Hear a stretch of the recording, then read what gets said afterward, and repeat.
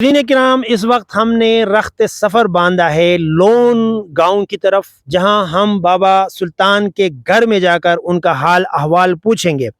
یہاں میں آپ کو بتاتا چلوں کہ بابا سلطان 43 سال پہلے یہاں سے روزگار کی تلاش میں شہر کی طرف جاتے ہیں اور وہاں سے پھر اس کا کوئی اتا پتہ معلوم نہیں ہوتا، اور وہ یہاں سے اس طرح غائب ہو جاتے ہیں کہ 43 سال بعد جب وہ اچانک منظر عام پر آتے ہیں تو علاقے کے لوگ خوشی سے پھولے نہیں سماتے۔ ناظرین، یہاں یہ بات بھی قابل غور ہے کہ بابا سلطان کا تعلق لون کے ایک معزز قبیلے شاہناؤ سے ہے۔ ناظرین کرام، اس وقت میں موجود ہوں سلطان ولی بابا کے گھر میں، جو چترال کے دور دراز علاقہ لون میں واقع ہے۔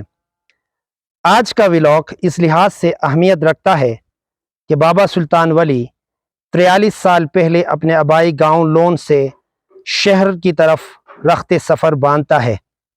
گھر سے چلے جانے کے بعد پھر بابا سلطان ولی ایسے غائب ہو جاتے ہیں کہ ان کے گھر والوں کے لیے ان کا پتہ معلوم کرنا ناممکن ہو جاتا ہے۔ بابا سلطان کی تلاش میں اس کے گھر والے ملک کا چپا چپا چھان مارتے ہیں، لیکن بابا سلطان گمنامی میں چلا جاتا ہے کہ پھر اپنے گھر والوں سے رابطہ بھی نہیں کر پاتا۔ اور جب 43 سال بعد کراچی سے اچانک فون آتا ہے کہ بابا سلطان نامی چترالی شخص کراچی کے ایک مدرسے میں موجود ہے، تو ان کے گھر کے افراد کی خوشی کو 4 چاند لگ جاتی ہے۔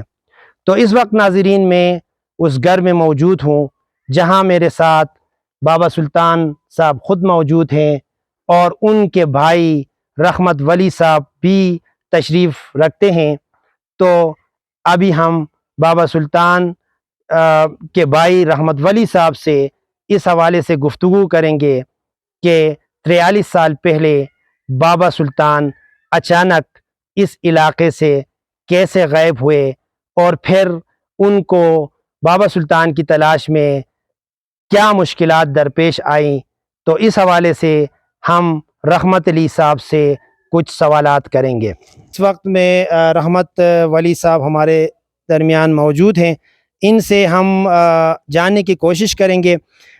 رحمت علی صاحب، آپ کا بہت شکریہ، آپ نے اپنے قیمتی وقت سے وقت نکال کر ہمیں یہ انٹرویو دیا، اس کے لیے ہم آپ کے شکر گزار ہیں۔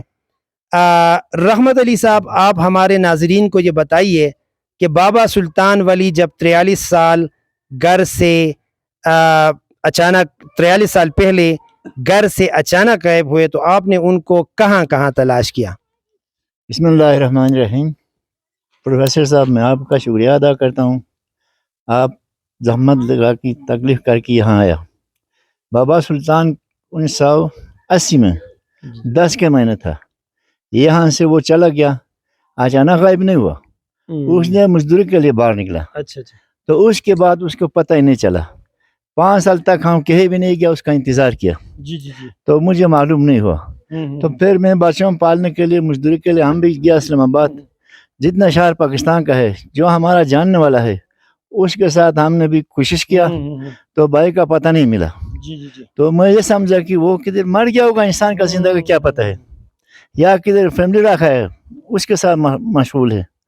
تو اب تک اس کو پتہ نہیں چلا۔ اچانک یہ کراچی کا مدرسہ میں مولانا ادریس صاحب کا مدرسے سے ایک اطلاع آیا، اسورت والا ہمارا بھائی ابراہیم نام ہے، اس نے نیٹ میں کہ سلطان والے بابا ریشن کے سامنے اس کا گاؤں ہے لون، اس میں سے ہے، تو یہ اچانک تھوڑا سی بیمار ہو چکا ہے، اس کا کوئی وارث ہے تو اس کو وہ کروں۔ تو پھر میں نے رات کو اس کا فوٹو نہیں پہچان سکا، میں نے بولا کہ صبح ہم جواب دے گا۔ صبح وہ میرے بچہ لوگ فوٹو کو لے کے میرے پاس آیا، میں نے کہا کہ یہ میرا بھائی ہے۔ اچھا، تو جی ٹھیک ہے۔ اس دوران جو 43 سال کا عرصہ بڑا عرصہ ہوتا ہے نا، اس دوران جب آپ بالآخر بابا سلطان کو ڈھونڈنے میں آپ بالآخر کامیاب نہیں ہوئے، تو آپ کے ذہن میں کون سا سوال پیدا ہوا؟ کس طرح آپ فکر مند ہوئے؟ آپ کے کیا اس وقت تاثرات تھے؟ آپ نے کیا مزید جو آپ بالآخر آپ ہمت ہار بیٹھے تو اس کے بعد آپ کے ذہن میں پہلی بات کیا آئی؟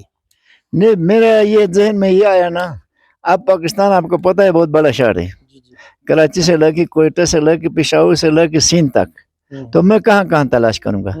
میرے پاس 2 فیملی تھا، ایک اس کا ایک ہمارا ہے، میں نے اس کو دیکھ بھال کے لیے مصروف رہا تو ادھر ادھر نہیں جا سکا۔ پہلے جو ہم اس کو تلاش کیا اس وقت اس کا ایک فیملی تھا، وہ اپنے گھر میں تھا، میرا کوئی فیملی نہیں تھا، اس لیے میں نے ادھر ادھر پہلا کوئٹہ تک جایا تو اس کو ملا، اس کو لے کے آیا تھا۔ تو ابھی جو ہے زیادہ میرا وہ فیملی کا خیال ہو گیا، کیونکہ اس کا بھی بچہ بھی ہے، میرا بھی ہے، تو ان کو بھی خرچہ مرچہ دینا ہے، اس کو بھی دیکھ بھال کرنا ہے، یہ بھی فرض ہوتا ہے۔ تو اس لیے میں نے ویسا تلاش کیا، کدھر دوستوں سے کیا، کدھر اس بھائیوں سے کیا، کدھر رشتہ داروں سے کیا، اچانک اب تک یہ نہیں ملا۔ تو اب یہ اچانک یہ واقعات سامنے آیا کہ اچھا، تو مطلب یہ کہ جب آپ بالآخر کب تو آپ کے ذہن میں یہ بات آئی ہوگی نا کہ شاید وہ کہیں جو ہے اللہ نہ کرے کہ کہیں جو ہے انتقال کر گئے ہو، کچھ پتہ نہیں چلتا نا، تو آپ کے ذہن میں بھی یہ بات آئی ہوگی کہ میرا بھائی کہیں جو ہے فوت ہو گئے ہوں گے۔ بالکل یا فوت ہو گیا ہوں گے یا کوئی اس کے ساتھ فیملی ہوگا، میرے دل میں یہ تھا۔ جی بالکل۔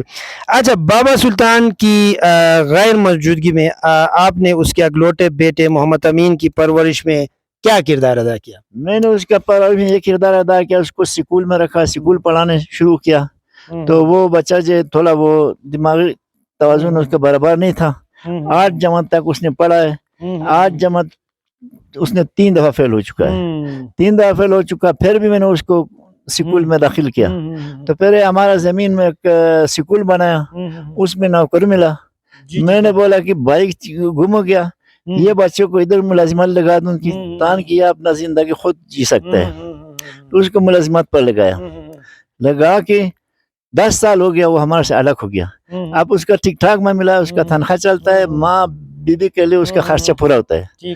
مطلب یہ کہ آپ نے پرورش میں کوئی کسر نہیں چھوڑی۔ اب یوں آپ کو جب بابا سلطان کے مل جانے کی خبر اچانک موصول ہوتی ہے جی تو آپ کے یہ گاؤں والوں کے، خاص کر آپ کے گھر کے جو افراد ہیں نا، ان کی جو محترمہ ہیں، محترمہ زوجہ محترمہ صاحبہ ہیں، اور ان کا یہ اگلوتا بیٹا ہے اور آپ خود ہیں، آپ سب لوگوں کے کیا احساسات تھے اس وقت؟ مجھے احساس یہ ہو گیا کہ ایسا سمجھو کہ ایک مرا ہوا بندہ زندہ ہو کے آ رہا ہے، یہ سمجھو۔ تو پھر میں نے مدرسہ میں محتمی مدری صاحب کے شکریہ ادا کیا، میں زندگی بھر اس کا شکریہ ادا کرتا رہوں گا، کیونکہ وہ میرے بھائی کو جگہ دیا ہے، اس کو صحیح طرح پرورش کیا، تو پھر مجھے حوالہ کیا۔ اچھا، تو مدرسہ والے جو ہیں یہاں جو ہے چترال میں بہت چیمی گوئیاں ہوئی کہ ادھر جو ہے نا کچھ بعض اس طرح کے لوگ ہوتے ہیں، شرپسند عناصر بھی ہوتے ہیں، انہوں نے یہ جھوٹی خبر پھیلائی کہ مدرسے والوں نے ان کو زور زبردستی اپنے پاس رکھے ہوئے تھے، تو ان لوگوں کے لیے آپ کا پیغام کیا ہے؟ یہ ذرا آج ان کے لیے وضاحت۔ ان لوگوں کے لیے میرا پیغام یہ ہے کہ ہم چترالی ایک جیسا بھائی ہے، تو وہ غلط زبان سے گریز کرنا اس کے لیے بہتر ہوگا، کیونکہ میں ہر چیز کا مقابلہ کر سکتا ہوں اور سامنے کرنے کے لیے تیار ہے۔ مدرسہ والوں نے زبردستی نہیں رکھا ہے، مدرسے والوں نے اس کو دیکھا ہے، مجبوری کے لیے اس کے لیے کمرہ دیا ہے، اس کو خرچہ دیا ہے، اس کو دیکھ بھال کیا، اس کو صحیح طرح پرورش کیا ہے۔ میں جو بھائی بھی کہتا ہے میں اس کو کہتا ہوں یار غلط الفاظ استعمال نہیں کروں، اس کو گریز کرو۔ میرے بہت خوشی یہ ہے کہ میرے بھائی اچھا جگہ سے ہم سے ملا ہے، کہ دینی جگہ میں، اگر یہ کسی پوڈری کے پاس کسی جوارگار کے پاس ہوتا تو میرا عزت نہیں رہتا تھا۔ اب میرا جیسا اس کو رخصت کیا، میں اس بات کا اس کا شکر گزار ہوں کہ اچھا، آخری سوال میں آپ سے کرنا چاہتا ہوں، ابھی جب بابا سلطان گھر واپس آئے ہیں، ماشاءاللہ اللہ ان کو صحت دے، ان کو لمبی عمر دے، ابھی جب سے یہاں آئے ہیں تو یہ کس طرح محسوس کرتے ہیں گھر میں؟ گھر میں یہ اس طرح محسوس کرتا ہے کہ بہت عرصہ ہو گیا، ابھی اس کا بچہ مل گیا، جوان ہو گیا، اس کا بیبی بھی ہے، زندہ ہے، ان کے ساتھ بہت خوشی سے زندگی گزارا ہے اور بہت خوش ہے، میں بھی خوش ہوں، گھر والے بھی سب خوش ہے، گاؤں والے بھی خوش ہے۔ اچھا جی، بڑی مہربانی۔ تو میں بابا سلطان سے، جی بابا جی آپ کس طرح محسوس کرتے ہیں گھر واپس پہنچ کے؟ کیا محسوس کر سکتا ہوں ابھی، بس خوش ہیں؟ خوش ہیں. اچھا ماشاء اللہ ماشاء اللہ ماشاء اللہ. تو آپ کا بیٹے سے مل کر آپ کو خوشی ہوئی ہے؟ بالکل خوشی ہوئی ہے. اچھا ماشاء اللہ. آپ کا بھائی ماشاء اللہ آپ کے فیملی کا بہت اچھا خیال رکھا ہے. آپ اس کے لیے اس کو کس طرح جو ہے آپ کن الفاظ سے یاد کرنا چاہیں گے؟ کیا اچھے الفاظ میں یاد کروں گا, اچھا ہی کہوں گا اس کو. ماشاء اللہ ماشاء اللہ. بابا سلطان آپ ان کے لیے دعا گو ہیں. ان کے لیے دعا گو ہیں. بڑی مہربانی بڑی مہربانی. تھینک یو, شکریہ.